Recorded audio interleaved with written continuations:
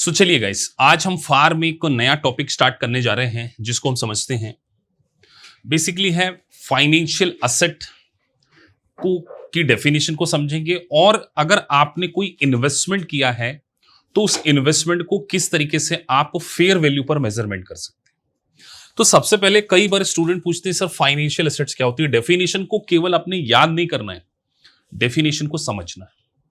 तो definition theory भी exam में यूएससीपी में बहुत इंपॉर्टेंट होती है। Financial asset is asset that represent right to receive a cash. मतलब अगर आपके पास कोई कॉन्ट्रेक्चुअल राइट हो रिसीव करने का कैश या अदर इंस्ट्रूमेंट, जैसे एग्जांपल मैंने बोला राइट टू रिसीव कैश।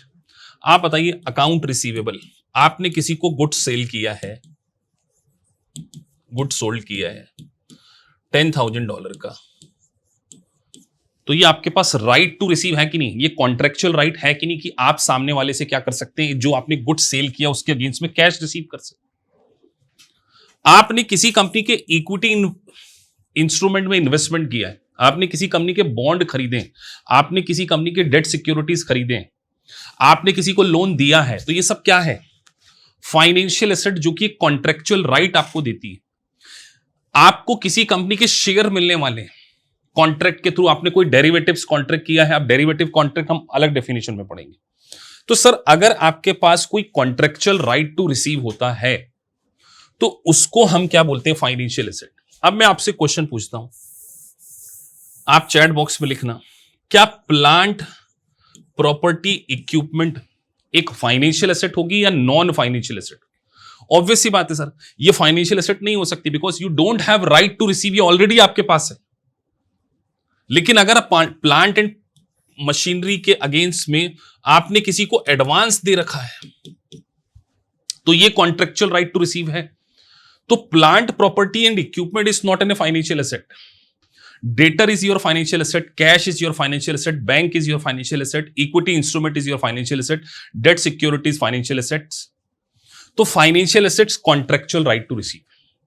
अब जब कभी भी हम फाइनेंशियल एसेट्स, जैसे हमने यहां पे बॉन्ड लिखा, स्टॉक लिखा, तो plant property equipment is not N financial asset. Inventory stock, जो स्टॉक है आपके पास, इन्वेंट्री जिसको आप बोलते हैं, वो फाइनेंशियल एसेट नहीं, वो नॉन फाइनेंशियल एसेट। तो जितनी भी फाइनेंशियल एसेट्स होती हैं उसको हम मेजरमेंट करते हैं फेयर वैल्यू ऑप्शन। अब ये फेयर वैल्यू क्या होता है, तो हम यहां पर फेयर वैल्यू ऑप्शन के बारे में बात कर रहे हैं। तो हमें इसकी फेयर वैल्यू पता करनी होगी। और फेयर वैल्यू कैसे पता करें, इसके 3 लेवल होते हैं, 3 लेवल। मतलब आप में से मोस्ट ऑफ द स्टूडेंट समझते होंगे कि सर फेयर वैल्यू मतलब मार्केट वैल्यू। अब मार्केट वैल्यू एक तरीके से सही भी है लेकिन पूरी तरीके से सही नहीं। हम इसके 3 लेवल, 3 हायरार्की को आज क्या करने वाले हैं, डिस्कस करने वाले हैं कि अगर हमें यूएस गैप के अकॉर्डिंग किसी फाइनेंशियल एसेट या इन्वेस्टमेंट का मेजरमेंट करना है तो उसके 3 लेवल हायरार्की होती है। हायरार्की मतलब आपको सीक्वेंस में फॉलो करना पड़ेगा, लेवल 1, लेवल 2 और लेवल 3। तो सर ये लेवल 1, लेवल 2, लेवल 3 क्या होता है, इसको मैं आपको बिल्कुल प्रैक्टिकल एग्जांपल देके समझाऊंगा। सबसे पहले हम बात कर रहे हैं लेवल 1 में। अगर आपके पास कोई इन्वेस्टमेंट है, आपने इन्वेस्टमेंट किया है, तो आप उसकी फेयर मार्केट वैल्यू कहां से पता करेंगे। जैसे एग्जांपल के तौर पे ये स्टॉक एक्सचेंज है, तो कोई इन्वेस्टमेंट कहीं ना कहीं स्टॉक एक्सचेंज पे लिस्टेड होगा, तो उसकी कोटेड प्राइस। तो सर पहला कीवर्ड हमारे लिए क्या हो गया, कोटेड प्राइस। कि अगर कोई इन्वेस्टमेंट जो कि स्टॉक एक्सचेंज में लिस्टेड है उसकी कोटेड प्राइस को हम सबसे पहले प्रायोरिटीज देंगे। तो यहां पर एक एग्जांपल है, जैसे आपके पास एप्पल कंपनी के शेयर हैं, कितने शेयर हैं, 100 शेयर। आपने जाकर न्यूयॉर्क स्टॉक एक्सचेंज में उसकी प्राइस को चेक किया और वहां पर उसकी प्राइस थी $180 पर डॉलर। तो आपके पास 100 थे, तो सर 180 यहां लिख देता हूं, 180 मल्टीप्लाई 100, ये आपकी इन्वेस्टमेंट की फेयर मार्केट वैल्यू होगी। तो जो भी बैलेंस शीट आप बनाएंगे, बैलेंस शीट में आपको इन्वेस्टमेंट में फेयर वैल्यू ऑप्शन, यहां पर आपको एक ऑप्शन दिया है कि आप आपके इन्वेस्टमेंट को एफवीओ के थ्रू क्या कर सकते हैं, मेजरमेंट कर सकते हैं। तो पहला लेवल होगा कोटेड मार्केट प्राइस, कि अगर उसकी स्टॉक एक्सचेंज पे कोटेड प्राइस है। सर अगर वो कोटेड प्राइस नहीं है, it may be possible level 2, तो हम यहां पर बात कर रहे हैं कि सर लेवल 2 कब जाना है, कि अगर कोटेड प्राइस नहीं है तो हम लेवल 2 में जाएंगे।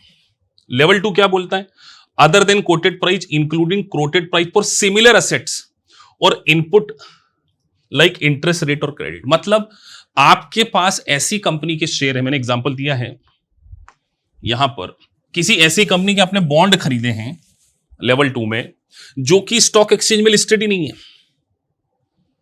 फिर क्या करें सर? तो क्या जिस कंपनी में हमने बॉन्ड खरीदे हैं उसके जैसी सिमिलर कंपनी कोई है क्या?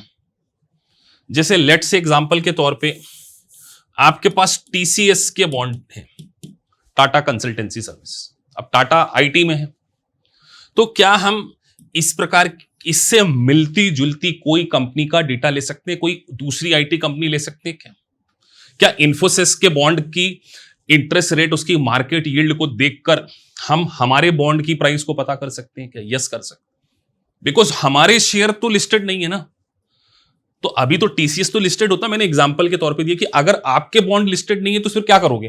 क्या आपके बॉन्ड जैसी कंपनी कोई दूसरी स्टॉक एक्सचेंज में लिस्टेड है, उसका डेटा उठाओगे और उसके अजम्पशन को अपने अजम्पशन के साथ में मैच करोगे, तो ये हो जाएगा लेवल 2। लेवल 2 में कब जाना है? वेल लेवल 1 पे आप फॉल नहीं करते। अगला क्वेश्चन आता है कि सर हम तो कोटेड प्राइस भी अवेलेबल नहीं है और हमारी कंपनी बड़ी यूनिक है, कोई स्टार्टअप है। आप सोचिए आपने किसी स्टार्टअप में इन्वेस्टमेंट कर रखा है, अब उस स्टार्टअप के शेयर्स की जैसी कोई कंपनी नहीं है, फिर क्या करें? तो फिर आपको मैनेजमेंट अजम्पशन लेने पड़ेंगे कि मैनेजमेंट किस तरीके से अपनी कंपनी का वैल्यूएशन करता है। तो इस प्रकार के लेवल को हम क्या बोलते हैं? लेवल 3। तो आपने बोला सर लेवल 1, लेवल 2 और लेवल 3, तो लेवल 3 क्या है? Management assumption, internal models estimate करके आप क्या कर सकते हैं? अपने इन्वेस्टमेंट की वैल्यू। तो सर मैनेजमेंट के अजम्पशन क्या हो सकते हैं? आप पढ़ेंगे आने वाले समय में कैश फ्लो। एक कैश फ्लो, ये कैश फ्लो क्या होता है? मैनेजमेंट अपने फ्यूचर के कैश फ्लो को एस्टिमेट कर सकता है कि हम अगले 5 साल तक 1 to 5 ईयर $50,000 की अर्निंग करने वाले हैं, तो नेक्स्ट 5 ईयर के जो कैश फ्लो उसको डिस्काउंट कर लेंगे, उसको आज की वैल्यू पर लेकर आएंगे और उसके तरीके से आप क्या कर सकते हैं? वैल्यूएशन कर सकते हैं। तो यहां पर मैनेजमेंट अजम्पशन है। मैनेजमेंट बोल सकता है कि हमारी नेट असेट इतनी है, नेट लायबिलिटी इतनी है, आप नेट असेट माइनस लायबिलिटी करके नेट असेट निकाल सकते हैं। तो तीसरे लेवल पर आपको क्या करना है? तब जाना है जब लेवल 1, लेवल 2 और लेवल 3 फेल हो जाए। तो level 1 coated price, level 2 similar assets और तीसरा कंपनी ओन अजम्पशन के बेसिस पर आप इन्वेस्टमेंट का वैल्यूएशन करेंगे। आगे बढ़ते हैं। अब सर हमें फेयर मार्केट वैल्यू निकालना है, तो हो सकता है कि आपका एक प्रिंसिपल मार्केट हो जहां पर वो शेयर्स की ट्रेडिंग होती हो, तो एक होता है प्रिंसिपल मार्केट। जैसे न्यूयॉर्क स्टॉक एक्सचेंज हो सकता है एक प्रिंसिपल मार्केट हो जहां पर ग्रेटेस्ट क्वांटिटी सेल होती हो। तो प्रिंसिपल मार्केट मतलब कोई पर्टिकुलर कमोडिटी की सबसे ज्यादा ट्रेडिंग अगर किसी मार्केट में हो रही है उसको बोलते हैं प्रिंसिपल मार्केट। तो हो सकता है कि आपने इन्वेस्टमेंट खरीदा है किसी ऐसी कंपनी का जिसका principal market New York stock exchange हो सकता है, नेस्डेक हो सकता है, तो उसी मार्केट को हम क्या बोल रहे हैं? प्रिंसिपल मार्केट बोल रहे हैं। जैसे टेस्ला कंपनी के शेयर हैं, अब टेस्ला कंपनी के आपने शेयर खरीदे, आपको उसकी फेयर मार्केट वैल्यू पता करना है, तो आप कहां जाएंगे? नेस्डेक पे जाएंगे और वहां पर जो वॉल्यूम सबसे ज्यादा ट्रेड हो रहा है, सबसे ज्यादा क्वांटिटी कहां पर ट्रेड हो रही है? नेस्डेक पे हो रही, तो वहां उस मार्केट को हम क्या बोल रहे हैं? Principal market. तो सबसे पहले आपको प्रिंसिपल मार्केट लेना है। लेकिन सर हमारा सिक्योरिटी तो ऐसी है जिसका प्रिंसिपल मार्केट ही नहीं है, फिर क्या करें? फिर है मोस्ट एडवांटेज मार्केट। अब हो सकता है कि आप जिस प्रकार के शेयर्स खरीदते हैं वो 2 से या 3 जगह क्या होती हो? ट्रेडिंग होती है, तो इसको हम बोलते हैं most advantage market. The most advantage market is the market that provide best price of assets, कि अगर आप असेट को बेचने जाए तो सबसे ज्यादा पैसा मिले और अगर लायबिलिटी को सेल करने जाए तो सबसे कम पैसा देना पड़े, that is called best market. तो सर बेस्ट मार्केट अगर एक से ज्यादा हो, मोस्ट एडवांटेज मार्केट एक से ज्यादा हो, तो क्या करना है? तो एग्जांपल के तौर पे डिस्कस करते हैं। अब जैसे ये है, आपके पास एक ब्रॉन्ज है, स्कल्पचर है, वो गैलरी ए में भी 2 प्रकार की मार्केट है, वहां पर उसकी ट्रेडिंग होती है। यहां पर इसकी कोटेड प्राइस 80,000, यहां पर इसकी 78। एक बात ध्यान रखना, जब आप मोस्ट एडवांटेज मार्केट में कैलकुलेशन करते हैं तो आपको यहां पर एक ट्रांजैक्शन कॉस्ट दी जाती है, जैसे इसमें 2000 है, इसमें 500, यही सबसे इंपॉर्टेंट। तो सबसे पहले आपको नेट प्राइस देखना है कि अगर हम इसको बेचेंगे तो ट्रांजैक्शन कॉस्ट माइनस करके हमें सबसे ज्यादा पैसा कहां पे मिलेगा।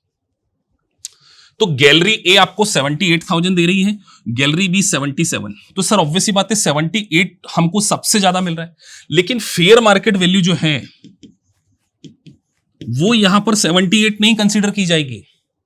Fair market value without subtracting transaction cost, without subtracting, मतलब हमारी फेयर मार्केट वैल्यू यहां पर $80,000 होगी। द मोस्ट एडवांटेज मार्केट का डिसीजन लेने के लिए नेट कॉस्ट देखते हैं। मोस्ट एडवांटेज मार्केट के लिए हमने डिसीजन लिया 78 और 77,500, विच एवर इज ग्रेटर, तो 78। लेकिन ये केवल मार्केट का डिसीजन लेने के लिए। फेयर मार्केट वैल्यू के कैलकुलेशन के लिए आपको क्या करना पड़ेगा, विदाउट कंसीडरिंग ट्रांजैक्शन कॉस्ट, क्योंकि अभी आप एक्चुअल में बेच थोड़ी रहे हो, आप तो अपनी बैलेंस शीट में केवल मेजरमेंट कर रहे हो। तो जब उसको सेल करोगे तब ना, और हो सकता है सेल करते समय अलग प्राइस हो जाए, ट्रांजैक्शन कॉस्ट कम लग सकती है, ज्यादा लग सकती है। तो fair market value without considering transaction cost लगती है। तो 78 नहीं 80,000 is the correct answer. CPA में ये बहुत अच्छा पूछा जाता है, आपसे सिमुलेशन आ सकता है इसके ऊपर, इस पर्टिकुलर टॉपिक के ऊपर। तो जब प्रिंसिपल मार्केट नहीं है तो मोस्ट एडवांटेज मार्केट को कंसीडर करना है, और सर प्रिंसिपल मार्केट है तो उसको ले लेंगे, एज सिंपल इज दैट। तो छोटे छोटे कॉन्सेप्ट्स काफी इंपॉर्टेंट होते हैं जो आपके एग्जाम में काफी अच्छे लेवल पर पूछे जाते हैं। चलिए मिलते हैं आपसे अगले सेगमेंट में।